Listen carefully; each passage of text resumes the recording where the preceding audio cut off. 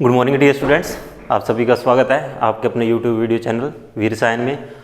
हमने यहाँ पे जो हम टॉपिक डिस्कस करने जा रहे हैं वो हमारा इनऑर्गेनिक केमिस्ट्री का टॉपिक है और क्वांटिटेटिव एनालिसिस से रिलेटेड टॉपिक है।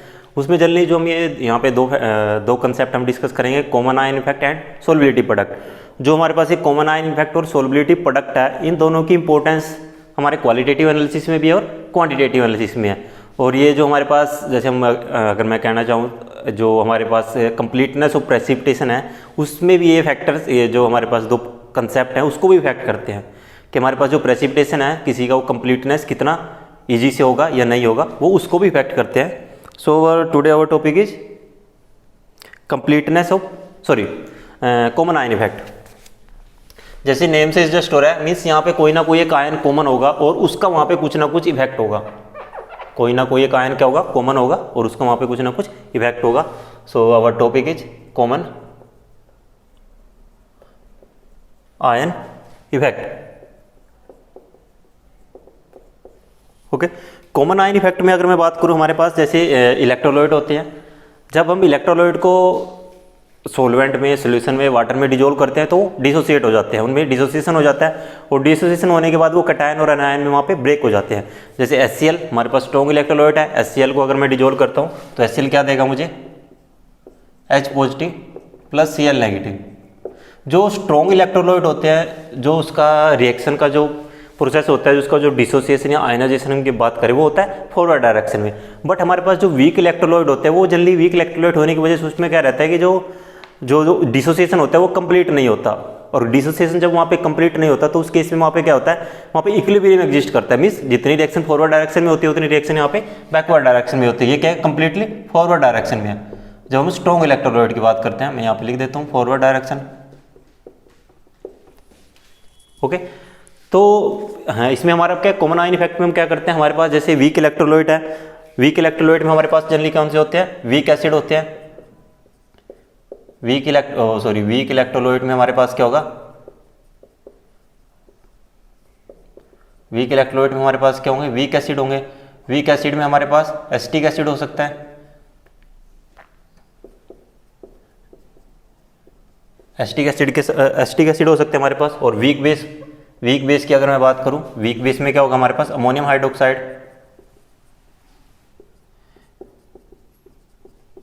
वीक बेस क्या होगा हमारे पास, अमोनियम हाइड्रोक्साइड होगा। जब हम इनको वाटर में डिजोल्व करते हैं तो ये कंप्लीटली फॉरवर्ड डायरेक्शन में रिएक्शन होके वहाँ पे इक्विलिब्रियम एग्जिस्ट करता है। मींस रिएक्शन जितनी फॉरवर्ड डायरेक्शन में होती है, रिएक्शन उतनी क्या होती है, बैकवर्ड डायरेक्शन में होती है। सो अगर मैं इसको राइट अप करना चाहूँ तो मैं इस तरह से इसको कर सकता हूँ कि रिएक्शन जितनी फॉरवर्ड डायरेक्शन में है उतनी वो क्या है, बैकवर्ड डायरेक्शन में। ये हम इक्विलिब्रियम का साइन होता है, तो यहाँ पे क्या होगा, CH3 COO negative plus H positive, same NH4OH। Ammonium hydroxide को अगर मैं राइट अप करना चाहूँ तो क्या होगा, NH4 पॉजिटिव OH नेगेटिव। क्योंकि यहाँ पे क्या है, ये वीक इलेक्ट्रोलाइट है, एक वीक एसिड और एक वीक बेस है, तो यहाँ पे क्या होता है, इक्विलिब्रियम एग्जिस्ट करता है इन दोनों के बीच में। जो हमारे पास undissociated ion, this one, and dissociated ion, यहाँ पे क्या होगा, डिसोसिएशन हो गया, एंड यहाँ पे क्या है, कंबाइन फॉर्म में है तो ये अनडिसोसिएटेड आयन, हम इनको लिख सकते हैं। सो आपको एक चीज़ का ध्यान रखना, आपको ये पता भी होना चाहिए कि जो हमारे पास वीक इलेक्ट्रोलाइट होते हैं वहाँ पे कंप्लीटली डिसोसिएशन नहीं होता, वो इक्विलिब्रियम में एग्जिस्ट करता है इन between the undissociated molecules and the dissociated ions के बीच में वहाँ पे वो एग्जिस्ट करते हैं। सो इफेक्ट ऑफ, अब हमें हमारा मेन टॉपिक क्या है, कॉमन आयन इफेक्ट। हमारा टॉपिक क्या है, कॉमन आयन इफेक्ट। तो हमें क्या करना है, effect of addition of common ion effect हम यहाँ पे स्टडी करेंगे। सो हम स्टडी क्या करेंगे, effect of addition of common ion effect, कि अगर हम उसका एडिशन करते हैं तो यहाँ पे क्या इफेक्ट पड़ता है, effect of addition of common ion. इसमें हम क्या करते हैं, जो हमारे पास वीक इलेक्ट्रोलाइट होता है उसमें हम स्ट्रॉन्ग इलेक्ट्रोलाइट का एडिशन करते हैं। मैं आपको एक बार थोड़ा सा इसमें बता देता हूँ कि इसमें होता क्या है कि जो हमारे पास वीक इलेक्ट्रोलाइट है, जैसे अमोनियम हाइड्रोक्साइड है, इससे हम स्ट्रॉन्ग इलेक्ट्रोलाइट का एडिशन करेंगे, जैसे अमोनियम क्लोराइड का एडिशन कर दिया, तो वहाँ पे क्या होता है, जो अमोनियम आयन है वो दोनों कॉमन हो जाता है। और जो आयन कॉमन होगा तो कॉमन आयन की वजह से क्या हो जाता है कि जो उसको डिसोसिएशन है वो डिक्रीज हो जाता है, तो हम उसका जो डिसोसिएशन है उसको वहाँ पे सप्रेस कर देते हैं। सो इसमें क्या होता है हमारे पास, if in a solution of the weak electrolyte like ammonium hydroxide, a strong electrolyte containing a common ion, हमें strong electrolyte वही ऐड करना जिसमें दोनों में कॉमन आयन होना चाहिए। जैसे यहाँ पे अगर मैं इसमें अगर मैं यहाँ पे अमोनियम क्लोराइड का एडिशन कर देता हूँ इसमें NH4Cl, this one is the strong electrolyte. हमें वीक इलेक्ट्रोलाइट में क्या करना है, स्ट्रॉन्ग इलेक्ट्रोलाइट का एडिशन करना है। अब यहाँ पे अमोनियम हाइड्रोक्साइड क्या होगा, दोनों में क्या हो गया, कॉमन हो गया। और इफेक्ट ऑफ एडिशन में भी मैंने क्या कहा, if in a solution of the weak electrolyte ammonium hydroxide we add the strong electrolyte and ammonium hydroxide that have a common ion, दोनों के बीच में क्या होना चाहिए, वहाँ पे कॉमन आयन होना चाहिए। The concentration of the common ion increases. अब यहाँ पे कॉमन आयन की कंसंट्रेशन ओवरऑल सोल्यूशन में क्या हो जाएगी, वो इंक्रीज हो जाएगी। अगर मेरे पास यहाँ पे सोल्यूशन है तो वहाँ पे जो कंसंट्रेशन है कॉमन आयन की वो क्या हो जाएगी, वहाँ पे इंक्रीज हो जाएगी। If for example if ammonium chloride a strong electrolyte is added to a solution of ammonium hydroxide weak electrolyte ammonium chloride being strong electrolyte dissociates and provide a large number of ammonium ion. ये complete dissociation होगा तो ammonium ion की वहाँ पे concentration overall solution में क्या हो जाएगी, वहाँ पे इंक्रीज हो जाएगी। ये हमारे पास क्या था, यहाँ पे वीक डिसोसिएशन था यहाँ पे, and here is strong dissociation. So यहाँ पे होता क्या, according to Le Chatelier principle के अकॉर्डिंग यहाँ पे क्या होता है, according to Lee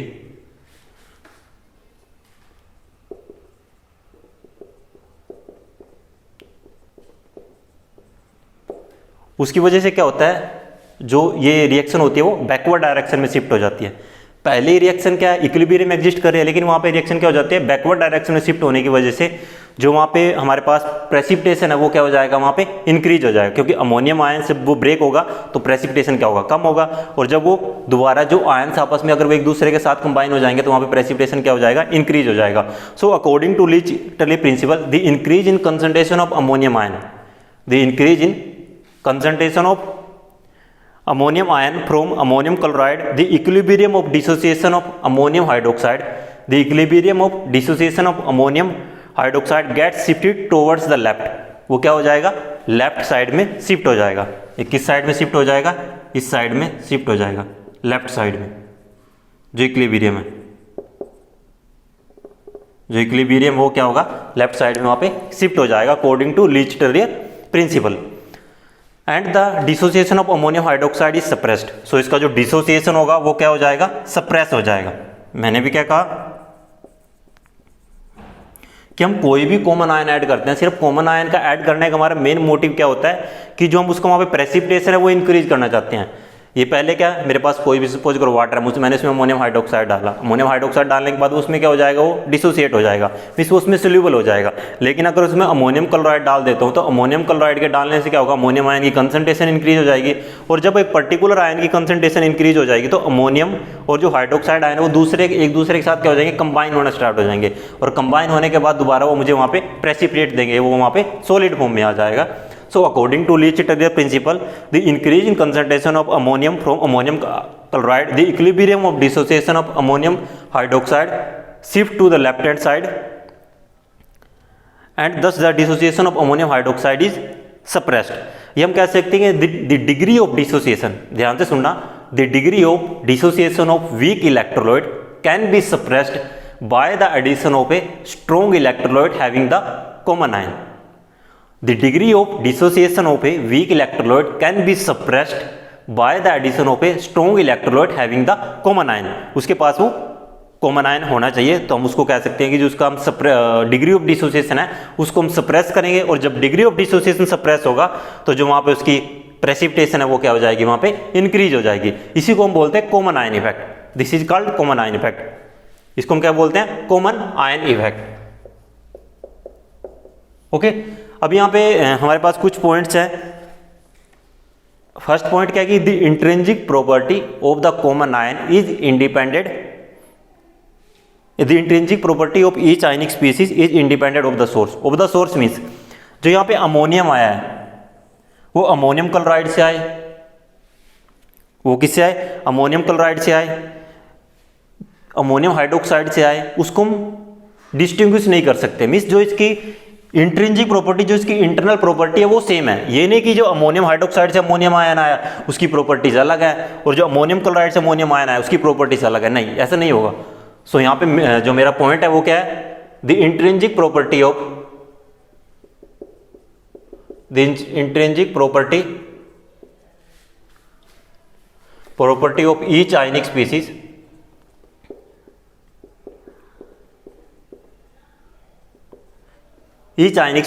is independent on the source.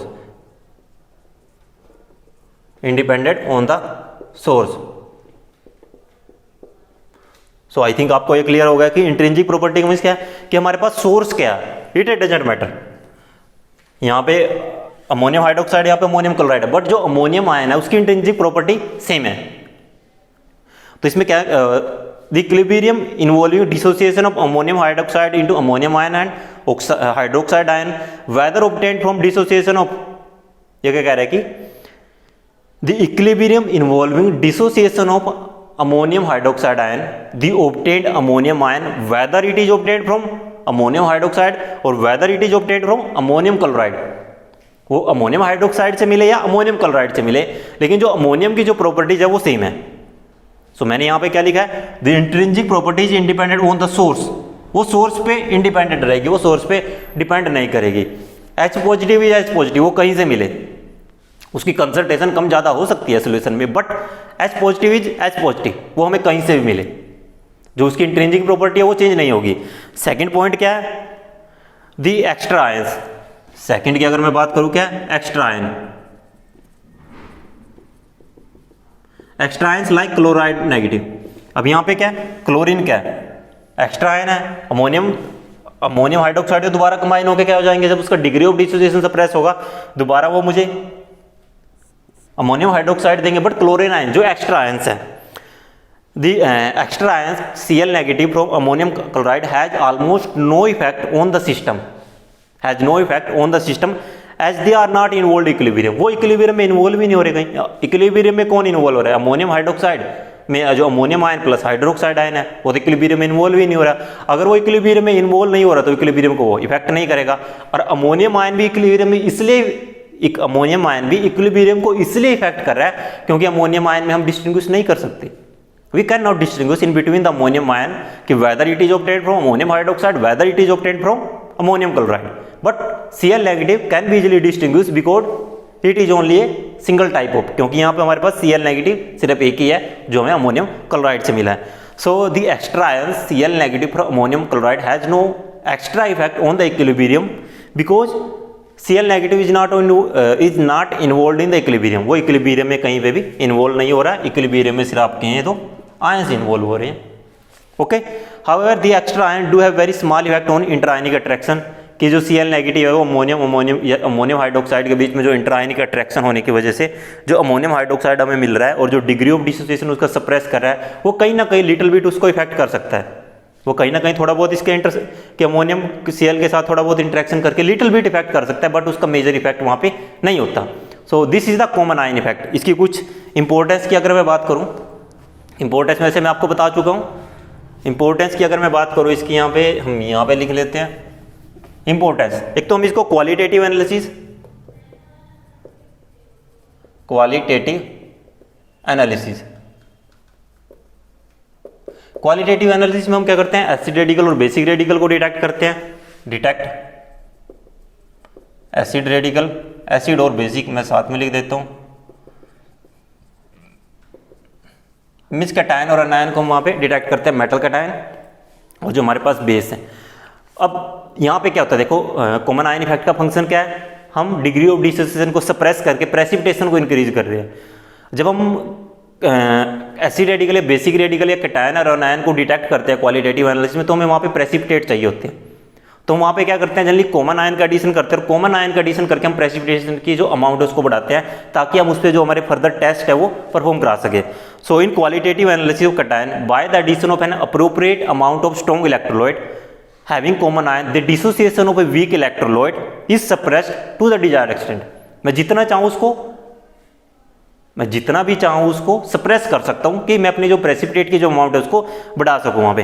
Consequently condition are created to precipitate certain atoms, जो हमारे पास सर्टेन एटम्स है या सर्टेन मॉलिक्यूल जिसके मैं प्रेसिपिटेट चाहता हूँ, मैं उसके अकॉर्डिंग उसमें कॉमन आयन का एडिशन करूँगा और उसके अकॉर्डिंग जो हमारे पास फर्दर टेस्ट होते हैं एसिड रेडिकल या बेसिक रेडिकल में हम उनको वहाँ पे डिटेक्ट करते हैं। जब क्वालिटेटिव एनालिसिस को हम स्टडी करेंगे तब आपको ये ज़्यादा समझ में आएगा कि वहाँ पे कॉमन आयन का इफेक्ट क्या है। उससे पहले आपको कॉमन आयन पता होना चाहिए। अगर मैं वहाँ पे कहूँ कि हमने ये डाला और इसके बाद हमारे पास वहाँ प्रेसिपिटेशन हो रहा है, तो उसके लिए आपको कॉमन आयन का होना वहाँ पे पता, मतलब कॉमन आयन का इफेक्ट का आपकी नॉलेज होने वहाँ पे बहुत जरूरी है।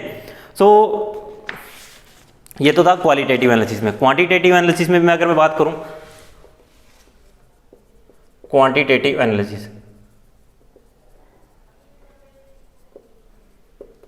देखो क्वांटिटेटिव एनालिसिस में मैंने आपको 1000 बार बोला है कि हमें precipitate quantitative analysis in the gravimetric analysis. Quantitative analysis के लिए हमें ग्राविमेट्रिक एनालिसिस की मैं अब बात कर सकता हूँ। क्वांटिटेटिव एनालिसिस में ग्राविमेट्रिक मैं मेंशन कर देता हूँ, ग्राविमेट्रिक। ग्राविमेट्रिक एनालिसिस मैंने कहा कि हमारा जो सारा खेल है सब प्रेसिपिटेशन पे डिपेंड कर रहा है। जितना अच्छा प्रेसिपिटेशन होगा उतना ही अच्छा जो हमारे पास जो यील्ड आएगी प्रोडक्ट की वो अच्छी आएगी, यील्ड आएगी तो जो रिजल्ट्स रहेंगे वो एक्यूरेट रहेंगे। अब हम क्या चाहते हैं कि जो हमारे पास प्रेसिपिटेट्स हैं वो कम से कम सोल्यूबल रहे सोल्यूशन में, उनकी सोल्युबिलिटी क्या रहे सोल्यूशन में कम से कम रहे, जिससे कि जो हमारे प्रोडक्ट का लॉस है वो वहाँ पे ना हो, प्रोडक्ट का लॉस क्या जो हमारे पास वहाँ पे ना हो। तो उसके लिए हम क्या करते हैं, हम उसमें कॉमन आयन का एडिशन करते हैं। मैंने क्या कहा था आपको, जो प्रेसिपिटेटिंग रिएजेंट हम डाल रहे हैं वो हमें 10% एक्सेस में डालना है। वो 10% एक्सेस में हम इसलिए डाल रहे हैं कि कॉमन आयन बढ़े। कॉमन आयन बढ़ने से क्या होगा, इक्विलिब्रियम बैकवर्ड डायरेक्शन में शिफ्ट होगा, लेफ्ट हैंड साइड शिफ्ट होगा, और जब equilibrium left hand side shift होगा तो जो प्रेसिपिटेशन है वो वहाँ पे क्या हो जाएगा, इंक्रीज हो जाएगा। मैं इसलिए मैंने आपको कहा था कि जो कॉमन आयन क्या कहते हैं, जो प्रेसिपिटेटिंग रिएजेंट या प्रेसिपिटेटिंग एजेंट जो हम वहाँ पे डाल रहे हैं, हमें उसकी 10% एक्सेस डालनी है। एक्सेस डालने का मेन मोटिव मेरा वही था कि मैं वहाँ पे कॉमन आयन को मैं इंक्रीज करना चाहता हूँ।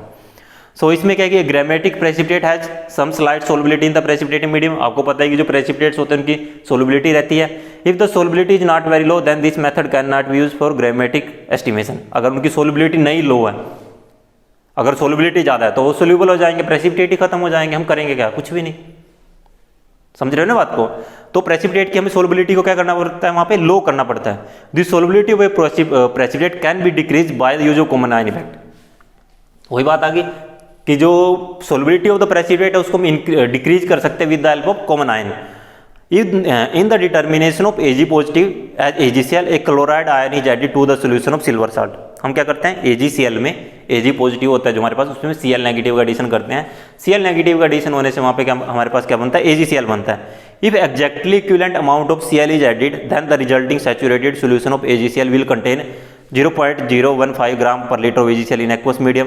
उसकी सोलबिलिटी होती है 0.4% सोलबिलिटी होती है। अगर हम उसकी स्लाइट एक्सेस कर देते हैं, अगर मैं क्लोराइड आयन की एक्सेस बढ़ा देता हूं तो इक्विलिब्रियम क्या होगा, बैकवर्ड डायरेक्शन में शिफ्ट हो जाएगा, और जब इक्विलिब्रियम बैकवर्ड डायरेक्शन में शिफ्ट होगा तो सोलबिलिटी क्या हो जाएगी, फर्दर डिक्रीज हो जाएगी, और प्रेसिपिटेशन क्या होगा वहां पे, इंक्रीज हो जाएगा।